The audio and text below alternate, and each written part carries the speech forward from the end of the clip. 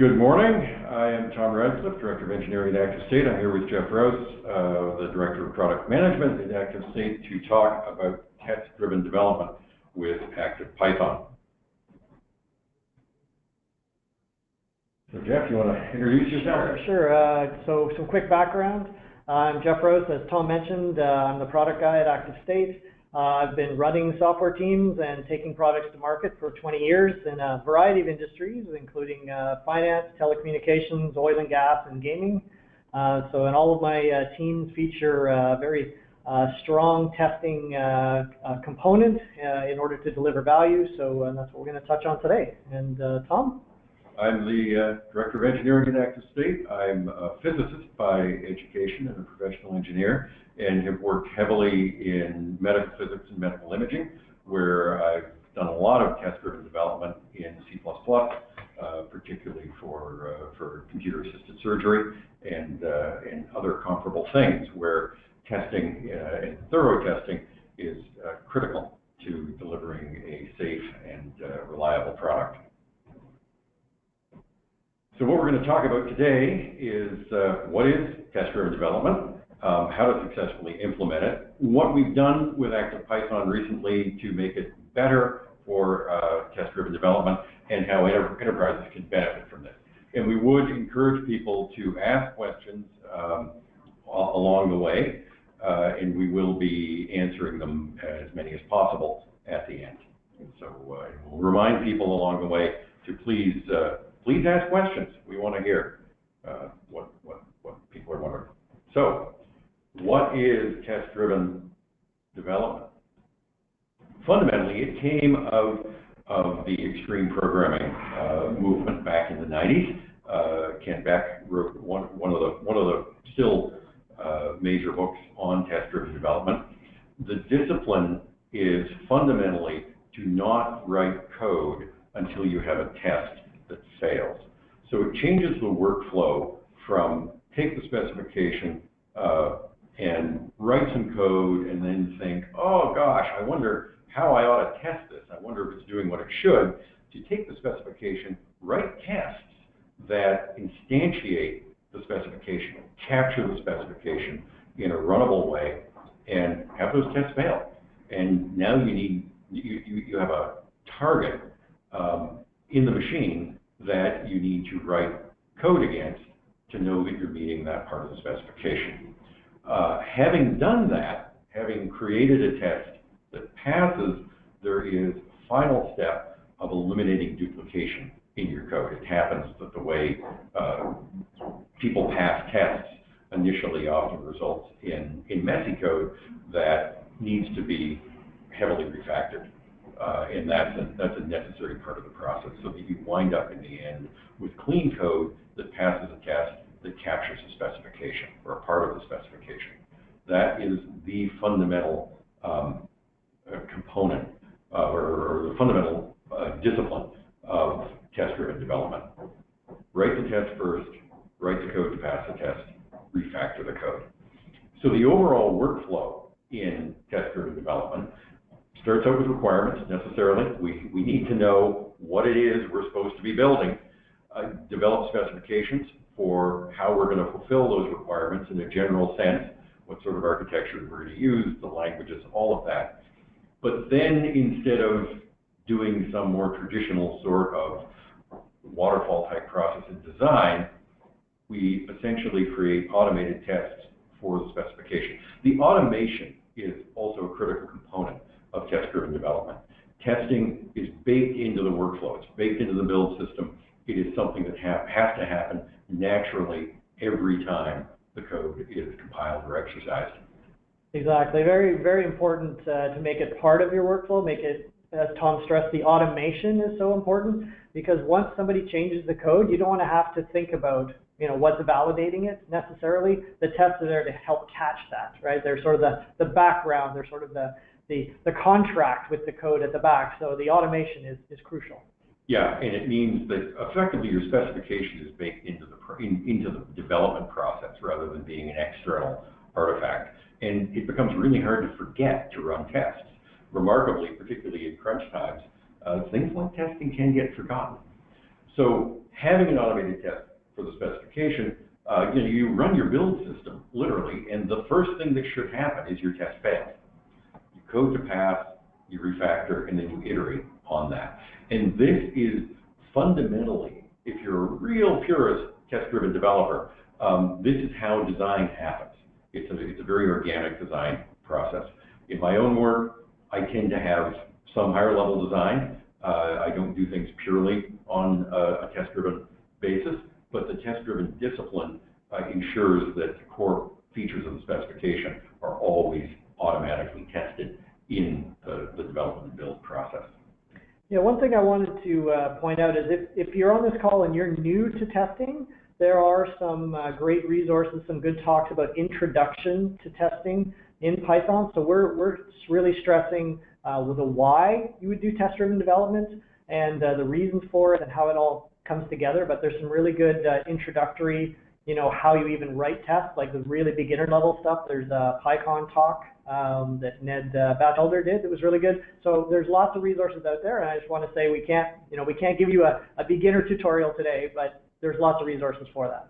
Yeah, and it's not as trivial as it seems, and often the introductory examples are designed to demonstrate the process rather than get into the nitty-gritty practicalities that you encounter in real cases. And we'll be talking a little bit about that as we work through this. One of the things I wanted to emphasize personally, because it's a topic close to my heart as a developer, is the eliminate duplication stage.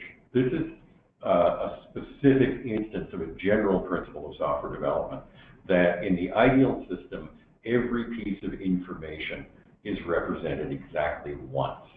So this is true for string literals, for values, even for assumptions in the design. The more localized we can make the representation of any piece of information, the more maintainable the code becomes. As soon as you have information represented in multiple ways across the code base, when you make changes, you now have the possibility of the code becoming out of sync with itself. So eliminating duplication, which is a fundamental part of TDD, is or should be also a fundamental part of any software development practice. And I think this is one of the really powerful incidental benefits of TDD. Absolutely. So some of the advantages of test-driven development. So it brings the developer closer to the user. So this is very important for me as a product guy, is that when I'm coming up with the requirements, once the developer starts to write the test first, the requirements get a really good workout. And then we can ask and answer questions really upfront in the process rather than waiting until the end and, we've missed something or something wasn't clear. If it's at the very beginning, it's cheaper, it's faster, and it's just a more rigorous way to get to the core of what it is you're trying to build, the core of the value you're trying to bring. So very important.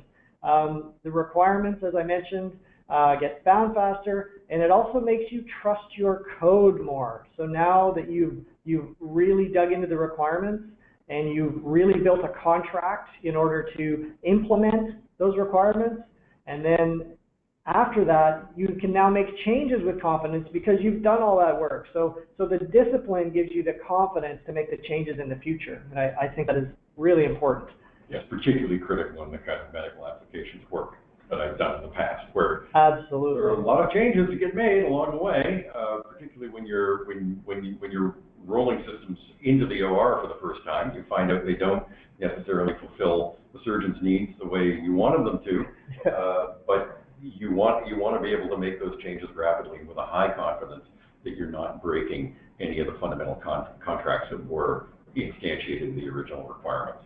Absolutely, absolutely. So the test-driven practices are even more important in situations where it literally is life or death, or significant financial or other risk factors. Getting the code right the first time just helps you that much more. And it's not to say that this is a silver bullet, that all of a sudden you're going to get everything right. That's not the case. But you're going to find much, much more of it at the beginning. Yeah. So go ahead, Tom. Yeah, there'll be fewer ugly surprises. Yeah, exactly. What seems to be a trivial change, but in production it turns out to have some nasty side effects. Yeah, absolutely. So fixing bugs once So this is not just a test-driven development idea, of course, but when you find something early on, you're writing your test first. You can find the bugs earlier, fix them once, which means you've got a test that verifies it. And that is just crucial to the whole step, because if you skip that, oh, I've just fixed it in the code and don't worry about it, then there's a case that you came up with that you saw that has value that you actually haven't bothered to put a test in for. So what happens if somebody regresses that in the future? So yeah, and that is kind of a normal testing practice where you find the bugs, you fix the bugs, and you write a test, or you write a test that exercises the bug. TDD tries to capture that up front where you have the test first, but it isn't at all incompatible with adding tests based on the bugs that you do find. Absolutely, absolutely. And as we mentioned, because you're finding them earlier on in the cycle, it reduces bugs throughout the system. Yeah, and always moving things earlier is best. Yes, always moving things earlier, always. Critical thing. Yeah. All right, some of the downsides of TDD. So you end up with a larger code base. Yeah, there's always costs. Yeah. You have to do the work somewhere. And the larger code base adds stiffness. You can get into situations where you want to make a change, but because of an interface change, for example, it would trivially fail a large number of tests. You now have to go in and change all those tests, and that's the test maintenance burden, essentially. It is also, developers tend to be a little obsessive, and we can go crazy and test everything, including trivial things. So there is no substitute for tasting good judgment. You always have to ask yourself, is this test worthwhile? And that's engineering is more of an art than a science. So we have to put that line in a place that gives us adequate coverage, but doesn't end up, put us in a situation where we are spending all of our time writing tests to cover trivial parts of the code.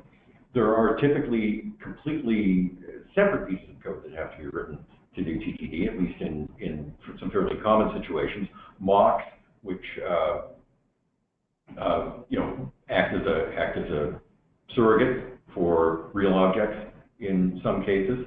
It also has an impact on design in the sense that inversion control or dependency injection typically dominates the design in systems designed for TDD, where you have, rather than the more traditional object-oriented type design where you have the lower level abstractions literally below the higher level ones, TDD tends to result in a design where that flips itself on its head. There can be added complexity because you're maintaining a test framework. We're going to talk a little bit about test frameworks in Python, and we're shipping with ActivePython now that make that easier. And of course, it is not a replacement for integration testing. There always has to be QA at the end to make sure that everything works. So nothing comes without a cost, but the extra work that is entailed by the practices of test-driven development is more than bought back in the positives that you get from it. Yeah, absolutely, absolutely. So more test-driven development goodness. So it helps you to know the finish line. So I'm sure people have run across cases where, as development progresses, it slowly turns into a framework. The finish line is when all of the tests pass. So you covered the specifications, all of the tests pass, you're done. You're done. And that is great for both managing a team and knowing yourself when you're done, because it's really easy to over-engineer solutions and start taking care of cases where that just wasn't something that had to be covered. And programming is such an art that it's important to know when to stop. I mean, it's just so easy to just keep going, keep changing, keep adding. Oh, I'll try this library, I'll try that library. There's so many things. So knowing the finish line keeps you productive. The test, of course, is tied to the specification so that you know if you're working to make a test pass, you're working on something that fulfills a genuine user need rather than just gold plating. Absolutely. And increases team ownership.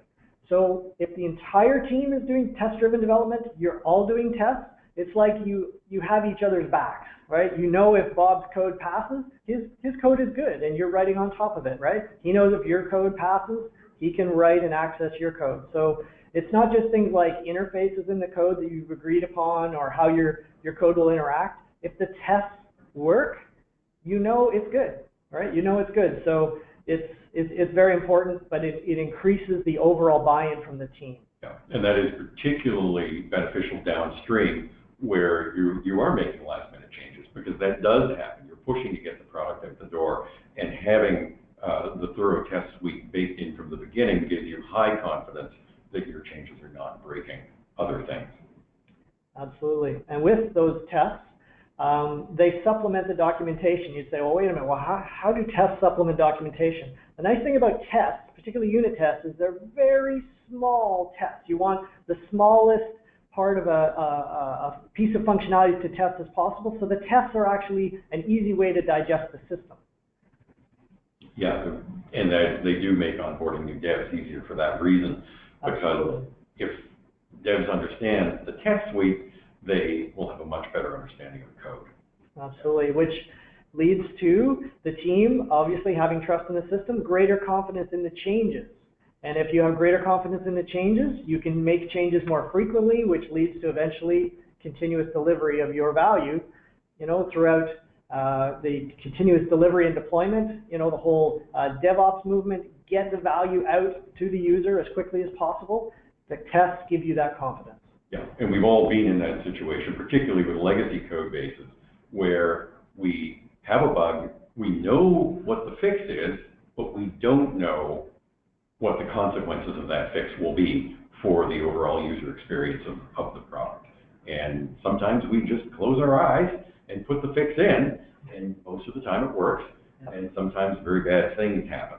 So TDD prevents you from getting into that situation. If you inherit a code base that has been built with good TDD practices from the ground up, you have a much higher confidence in your ability to change it, even as you're learning the code. Absolutely. So we did an open source languages survey in 2016, and one of the questions was, what sort of methodologies are you using inside your organization? And the #1 methodology that was being used throughout the organization, test-driven development, at just shy of 50%. So at 867 respondents, it's pretty far-ranging. A lot of companies in a lot of different spaces, and test-driven development was used in half of them. So if your organization isn't using test-driven development, I highly recommend it. You can see some of the other methodologies here. Scrum is also very popular. Continuous integration and deployment, as we mentioned, test-driven development all works very well with those environments, and in many cases, not all cases, that should be your end goal, is to get to delivering value at that speed. And then, of course, some of the other methodologies there, all the way down to extreme programming. So Kent Beck's extreme programming, not as popular necessarily as test-driven development, which was also one of his ideas.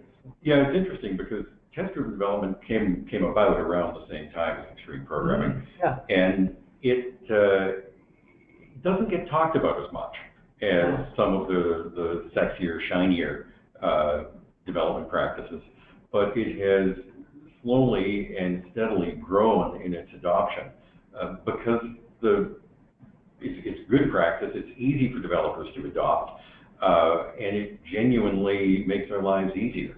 So it doesn't require a lot of promotion, a lot of noise, a lot of talking about, a lot of refinement or special techniques. If you look around the literature on test-driven development, Kent Beck's book is still one of the most fundamental artifacts in that discourse.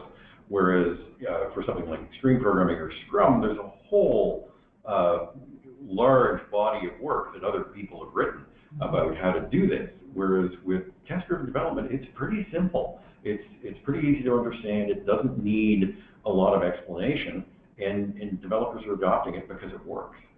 Yeah, so true, so true. The agile space is a little harder to get into than test-driven development, but I still recommend it. But again, it's not for every development team.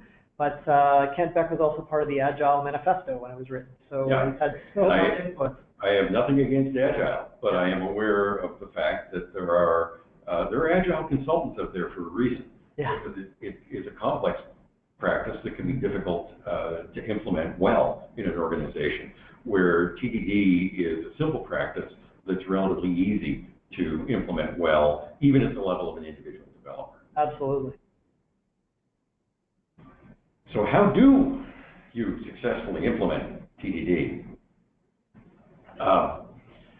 Automation is, as we said earlier, one of the most important things. And as with any discipline, having a committed attitude is necessary.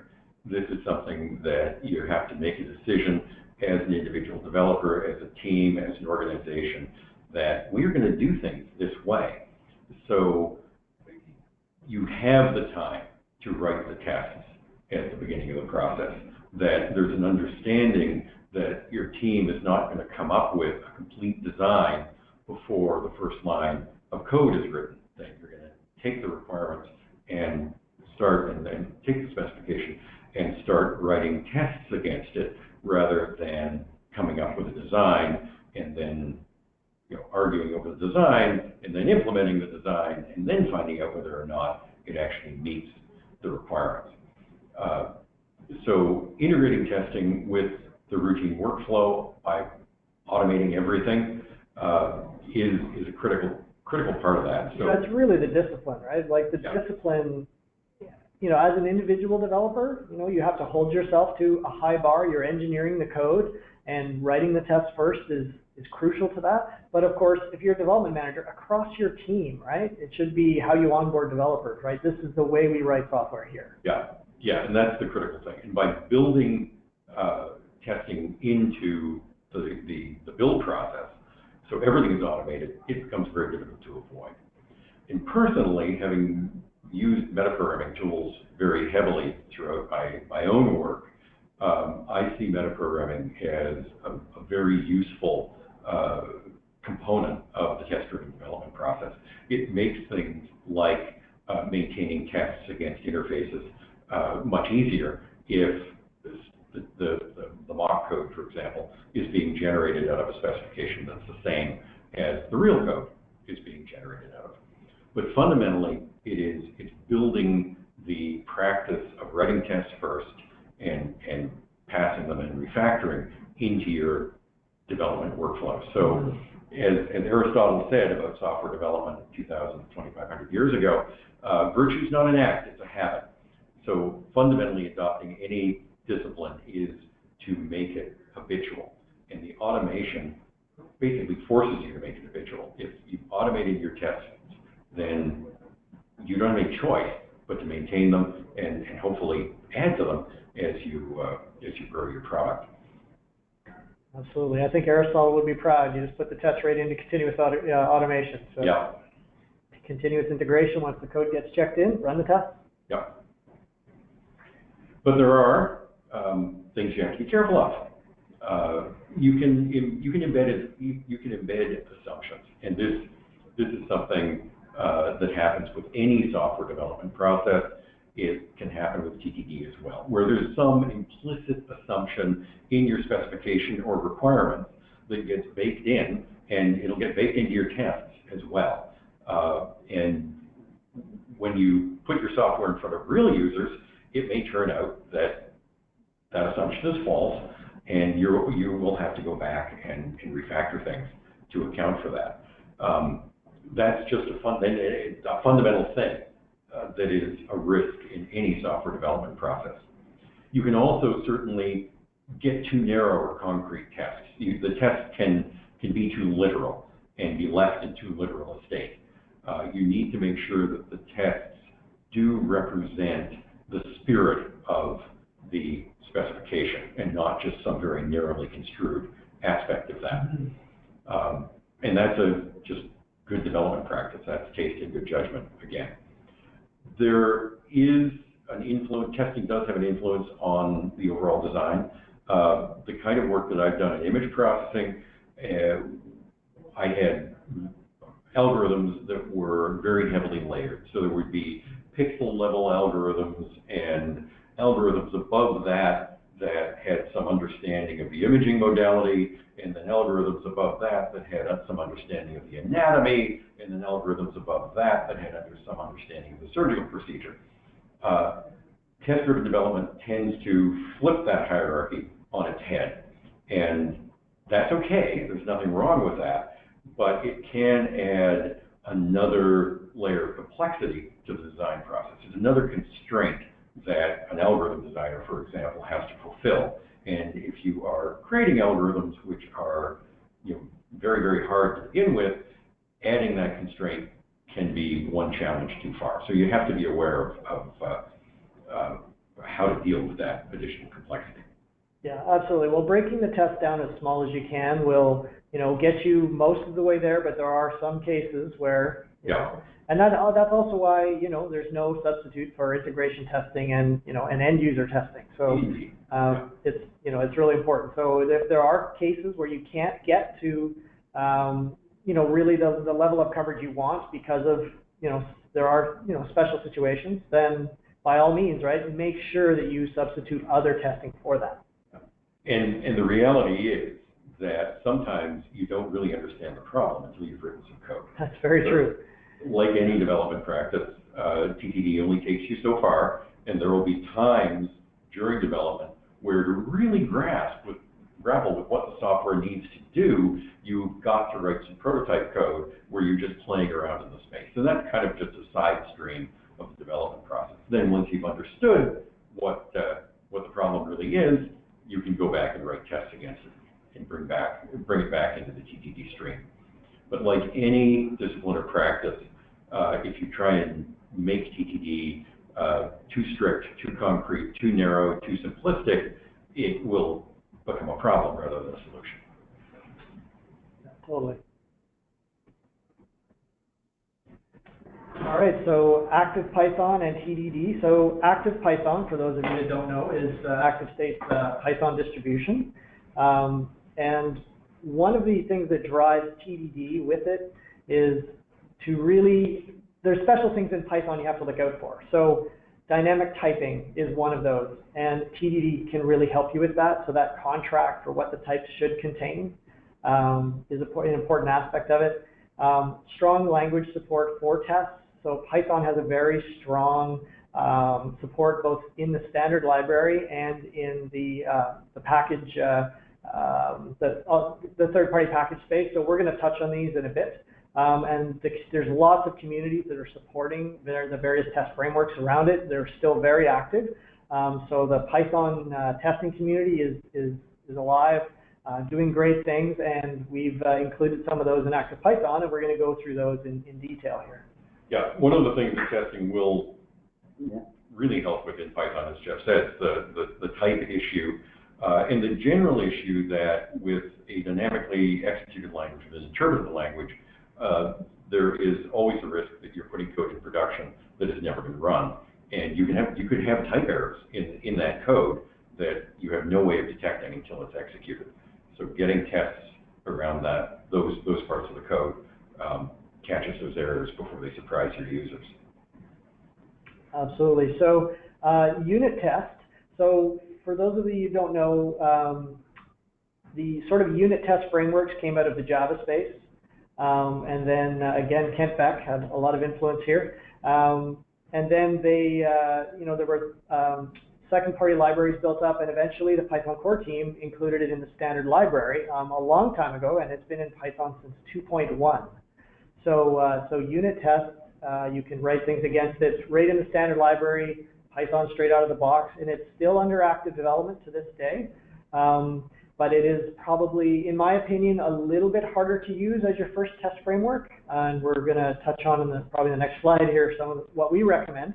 Yeah, well, unit test is, if you pick what it's just there as part of your Python distribution. If you get your standard Python from python.org, there is a reason why there are some fancier third-party frameworks still under development and very popular. The biggest one probably is Pytest. Yeah, so Pytest is a very large, full-featured framework. It allows you to actually run unit tests and Nose test packages. Nose is another popular framework. It's our recommended testing package because it has great support for fixtures. It's got plugins for all manner of frameworks. So Django, for instance, has its own test runner, I believe, and Django, and so Pytest has a plugin for that. Same thing for Twisted, and it also integrates with Pyflakes. So if you're into sort of style checking and error checking for your code, that's possible as well. And the team, the real shout out to the team, they are super active. Years ago, don't remember exactly when, but they actually had a program where they helped other open source Python libraries add testing to theirs, and they actually offered their services and support to get Pytest into those libraries. So it's a really, really strong team there. Yeah, and it has definitely contributed to the overall quality of code in the Python ecosystem. And it's something, it's not just our recommended testing package. We ship Pytest with ActivePython now. That's one of our new features. Yeah. And I particularly like the support for fixtures in Pytest. Fixtures in my C++ unit testing days, fixtures were always an enormous pain. And Pytest has some really nice features to allow you to have fixtures that are created at module scope or at various levels of scope to reuse resources and to make fixture management much easier than it is in some of the simpler, less fully featured frameworks. Absolutely, and one of the things that can supplement your test-driven development is having good code quality overall. And so we've included Pyflakes as well, and this checks your code for common errors, just situations that are easy to overlook, but that we can actually automate in order to discover. So the goal of Pyflakes is to be very fast and have a very low false positive rate, because obviously you don't want to be chasing things that aren't necessarily errors, right? They just happen to be particular features in your code. Note it doesn't check for your style. So if you want a style checker, there's other libraries that do that, but it doesn't enforce style.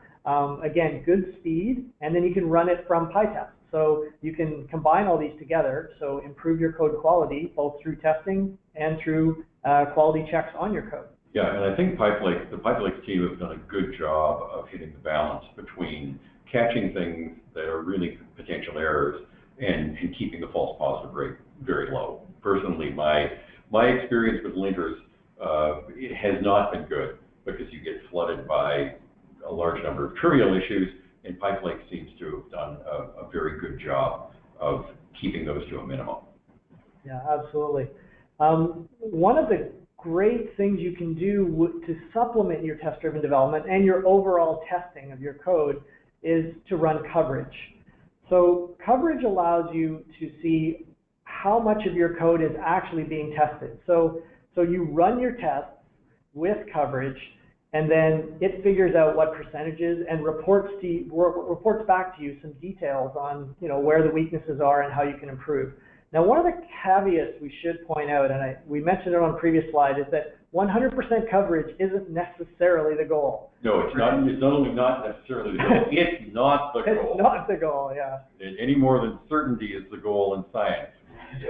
We don't want. We can't achieve that in a reasonable way, and it becomes an exponentially more difficult problem the closer we get to 100% coverage. Absolutely. So one of the sort of tips when you're using coverage is to make sure you run your tests with coverage. There's a variety of ways to run your tests, various test runners, but if you run it with coverage, it will ensure that all of your code as it's being exercised is actually measured. If you run it, there's other ways to run coverage, and you won't necessarily get all of that. Yeah. So run your tests with coverage. I should also do a shout out here to Ned Batchelder, who's been maintaining this since the original author just moved along some years ago, and I think it's going on a decade he's been maintaining this. So fabulous effort, and still to this day there's stuff getting checked in. He's doing a great job maintaining it. So the whole Python community is benefiting from it. Yeah, and it is something for an interpreted language, for a dynamically typed language. Having that coverage measure is so important. It tells you are you really exercising the critical parts of your code in your tests, or are there some islands of darkness out there that are significant? Yeah, exactly. I like that, islands of darkness. That's a good way to put it. So there's a whole aspects that aren't being tested that you should at least look at and make sure there's a good reason for it. Yeah. There are a number of other test packages, some of which we do. I think we ship those with ActivePython. We don't ship it with the current version, but it will be out in the next version at the end of Q1. Okay, so these are some things to look forward to. Yeah, Nose and Nose 2 are... Nose and Nose 2, yeah. High REST tests, so if you're doing a lot of REST API development, so that's very common feature to be putting into all of your various software packages. So if you're trying to get third parties to use your stuff via APIs, REST APIs, high REST test is a really good idea, and it's very clean, actually. My apologies, I forget the author, but he did a really good job making it very clean and easy to use. And then there's Selenium. So Selenium is a very common front-end testing framework across many different languages. And so there is a Python plugin for that. And then DocTest. I don't know if you want to touch on DocTest. DocTest is an interesting animal. There is, DocTest allows you to create tests in the REPL. So interactively do some stuff that tests your code. And then you can just cut and paste that into a comment in your Python code. And DocTest will extract that information from the comment and use it to test your code, which is, on the one hand, kind of an abuse of comments. There is a long tradition in software development of stuffing extra syntax into comments. And it isn't generally the world's best practice. On the other hand, this is really clever, and it lets you put together tests in a very natural and interactive way, which I think it encourages unit testing by making test development almost trivially easy. And so on that basis, I think it's a really good thing. It would be very cool to see, in the longer term, some language syntax around a feature like this that would take it out of the comments and make it a first-class citizen of the Python universe. Yeah, DocTest. I'm not sure. It seems like a little bit of a hack to me, but hey, it's in the standard library, so. It can be a hack if it's in the standard library. That's right. Yeah, it's not. Having syntax in extended syntax in comments. One of the motivations behind the creation of XML was a realization by a number of people in the HTML community that serious uses of HTML users of HTML were doing fancy things by adding extra syntax in the comments. And historically, that has not been best practice. In this case, I don't know, it's pretty cool. Yeah, I think there's certain cases, but definitely, I don't know, I'm just large software framework testing, it just doesn't quite fit right with me, but I will leave that to better people than I to judge that, so. Use with caution. Use with caution, yeah. So the future of TDD, I think, is kind of interesting because we still think of tests as something which is external to the code. It's apart from everything else. And TDD has tried to bring tests into the code as first-class citizens from the very beginning of the development process. We have testing frameworks, and that's about where we are. I personally am, as I said before, a big believer in metaprogramming. I have used a lot of code generation tools in one form or another, where you write a specification for a piece of software and it generates all the boilerplate for you, for example. I used a framework in my own company for a long time that wrote all the serialization code, for example, which if you know what a class looks like in C++ or Python, you know how to serialize it in ways that are portable across languages. You can get a machine to write that code for you, and I can see opportunities in test-driven development to do the same thing. What we were talking about just a minute ago, where it would be cool to see some improved language support for testing. So take something like doctest and ask, how can we make this part of the syntax of the language? So rather than putting in a comment, we can somehow mark it up as test code. I think that would be very interesting. Functional programming has its own way of doing things, but it implements inversion control type patterns very naturally. So it's actually functional programs tend to be highly testable, which is worth remembering if you're thinking about functional programming. Thinking about it in a TDD-like way is not a bad thing. And then finally, just generally more automation and intelligence in testing, figuring out what parts of the code likely need testing. We tend to write tests around, with TDD, around pieces of specification that we want to ensure are solid. For more traditional unit testing, we look at pieces of code and we think, I'm not too sure, that looks complicated, I better write a test around it, or we found bugs against it. I think there's room for more static analysis to look at code and do cyclomatic complexity, similar things, to say, look, here's an area of code that probably needs some tests around it because it's tricky and it's likely to have more bugs. Yeah, absolutely. The static analysis, I think in particular, I know there's a lot of work going on in that space, but I think that those tools can get sort of more at the front of the development cycle rather than sort of, closer to the end is what it sort of feels like right now in a lot of cases. Yeah. So I think I agree that more automation and intelligence, and you know what, maybe there's some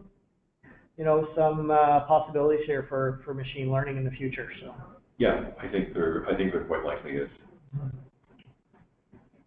So we have a question for our audience. Do you currently or plan to use TDD in Python? I should also mention any questions you have, we're going to have a Q&A session at the end, so please feel free to fire your questions along. And we'll just keep that up for a few more seconds here, and then we'll continue on. But curious to see what everybody's doing there with the poll. All right, so poll results. It's funny, almost identical to our open source languages survey last year. I think it was 48%, and the poll results here are 49% say yes. Yes. They're using TDD in some form or another.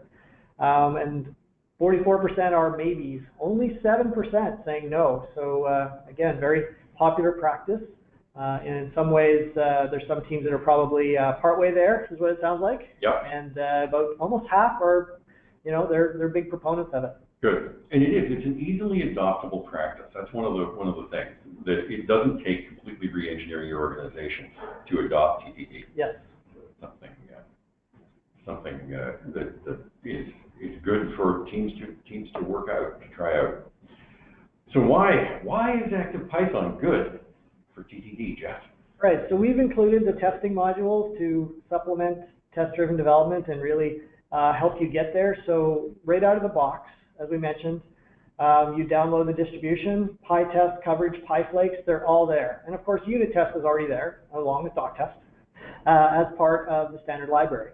So, and in addition, we have a whole raft of libraries to help general development. So for instance, like requests, which I think is the most common package in the ecosystem that's being referenced by other packages. And so, it's only natural to include things like that. So we've included a whole bunch more stuff inside of our distribution.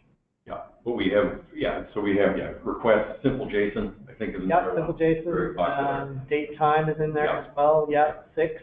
Yeah, but fundamentally, Pytest, coverage, and Pyflakes on top of, Unittest and doctest, if you want to go that way, are part of the ActivePython distribution. And Pytest, coverage, and Pyflakes are not things that you would get with the standard distribution of Python. So we've added those, we've added a bunch of other things, and we're looking to add more, which we're always interested in hearing from people, what they would like to see in the ActivePython distribution. Yeah, absolutely. So for enterprises, using ActivePython has a whole variety of benefits. So I just want to run through these really quickly. So reliable delivery. So we deliver the languages to you with the updates on a regular cadence. We integrate OpenSSL into that along with the updates to OpenSSL. So that's very important. The OpenSSL project is very actively maintained. It's relied upon by organizations around the world, and there's always updates going on. And I can tell you that Tom and his team are always on top of what's going on in OpenSSL because it's so key. Favorite thing. And it's sometimes a bit of a trick to build, particularly on all the platforms we have, right? So we take that workload upon ourselves to do for you. More maintainable code. Again, you don't have to worry about what's going on with the language and the updates and everything else. We just deliver it to you, right? With the modules, the packages you need, we just deliver the whole thing to you, and you get updates. So you don't have to worry about that. We just take that load off your shoulders. Commercial support and SLAs. You need support. That's what we're here for, right? You don't have to worry about forums or trying to find the right things, or maybe you don't want to disclose what you're working on in a public forum, right? You can just get support from us directly. Compliance and indemnification. So if you have particular compliance needs inside your organization, we can help you with those. So we work with organizations throughout the Fortune 1000. So if you have a compliance need, we've seen it and we can help you with it. So just let us know and we can figure a package out for you. And speaking of Python packages, so if there are custom packages that you actually need, we ship a variety of packages across the different platforms, and that includes platforms such as AIX or HPUX or Solaris, but of course the big three as well, right?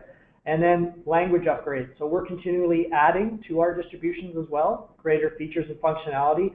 And again, let us know if there's something that your enterprise needs and wants to see in Python, really as a standard package that you can give across your development teams.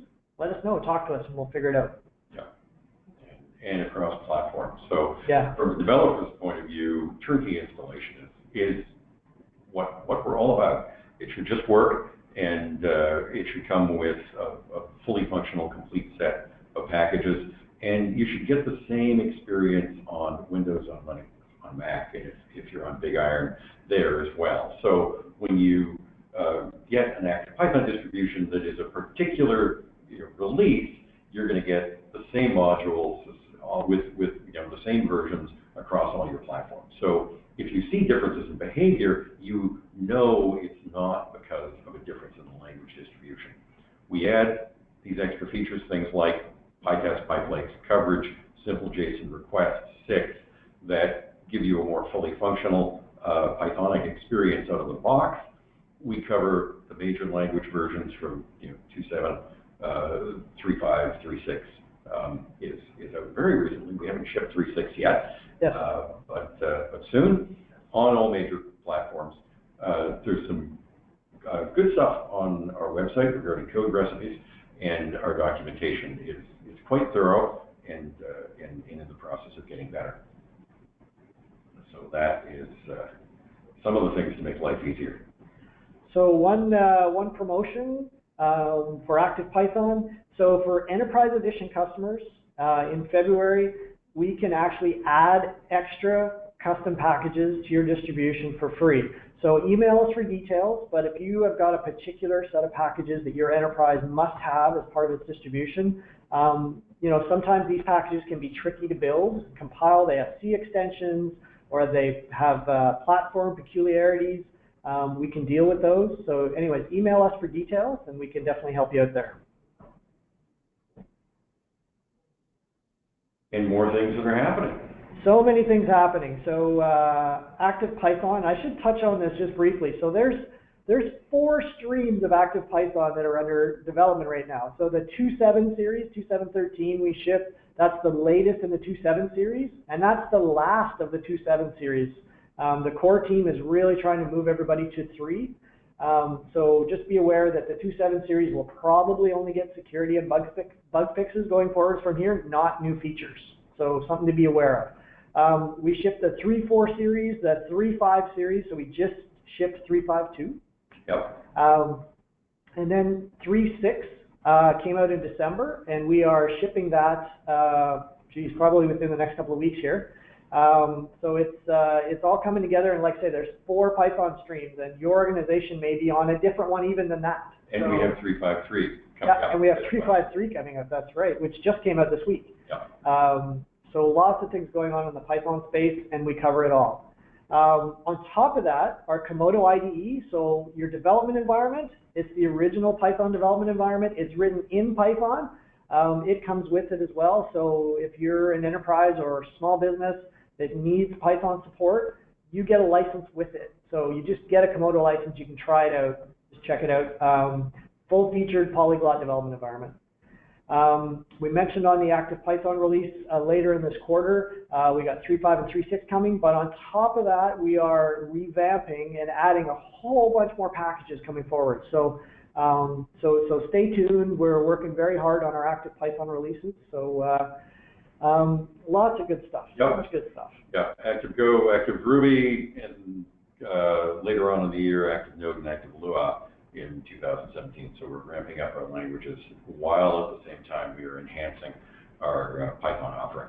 That's right, and we're going to be out and about. So we're going to be at PyCon. We're really looking forward to that in Portland.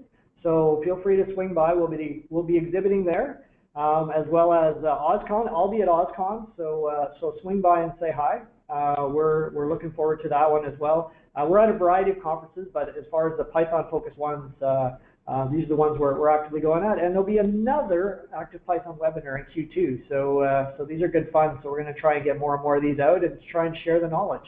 Yeah. New language distributions. So we, as part of our initiative this year, we are expanding our coverage across languages because we've discovered more enterprises. You know, they're generally not single language shops, right? Everybody has multiple needs. So for instance, if you have an embedded need, you may want to use Lua or Tickle, right? If you're doing a lot of web development, you might want to be using Ruby. So we've got a whole list of languages we're doing. So check them out. If there's anything there that is of interest to your organization, don't be shy to reach out. And this is where you get ActivePython. And you can contact Jeff at ActiveState.com, and we have time for a few questions.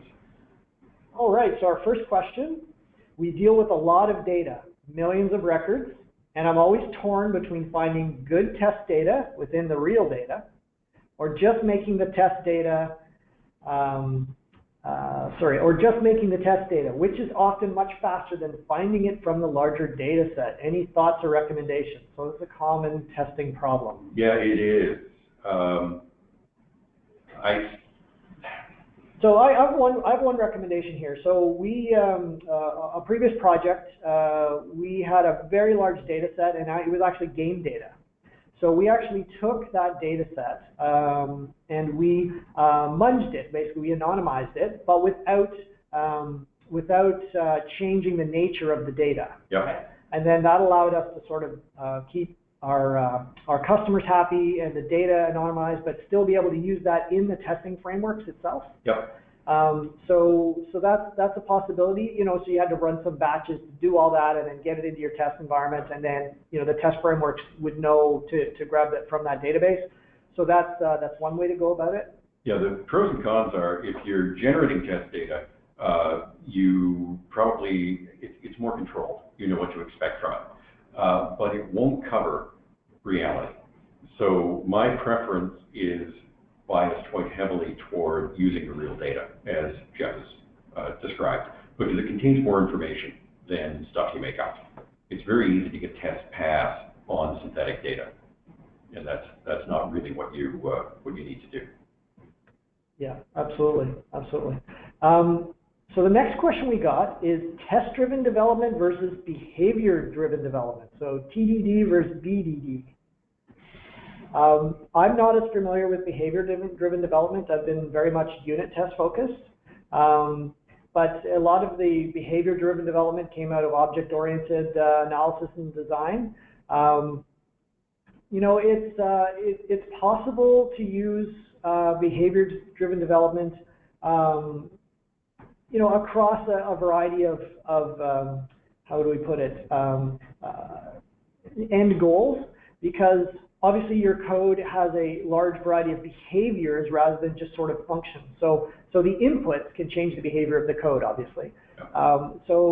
you know, I understand that the reasoning behind behavior-driven development, and I think there's a place for it, but I also think you can cover a lot of that with your tests, with, you know, proper sort of thinking through the test, breaking it down. I'm not going to say that behavior-driven development doesn't add value, but it's a more complex practice. I think it requires more subtlety and judgment, whereas TDD is simpler to implement and maintain, and that gives it a certain advantage in many practical situations. So that's where my bias lies. Yeah. Yeah. Makes sense. So another question. So can you provide examples of embedded assumptions? So this is on slide 14. Yeah, I knew somebody was going to ask that. I was thinking if there was, because you encounter them, but they're actually they can be quite subtle. I've done a lot of work in computer-assisted surgery in orthopedics, and you can make assumptions about surgeon behavior, for example, around it, and they're quite deep things, like the way the surgeon is going to interact with the system. We did a lot of work at one point around trying to make the system easy for a person to interact with when they were holding a drill or other tool that was being tracked in the OR.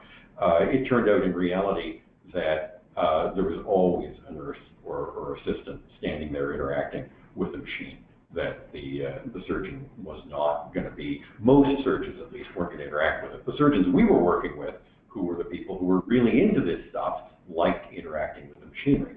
So we'd embedded an assumption that was quite a difficult constraint to meet in terms of ease of interaction with the system that was just not necessary in the real world for that particular use case. There are other ones where it might have been. So it's that kind of thing that I'm thinking about. I think assumptions are quite global in nature. Yeah, the embedded assumptions is very tricky, and that's also, I think, why you should have people reviewing your tests, right?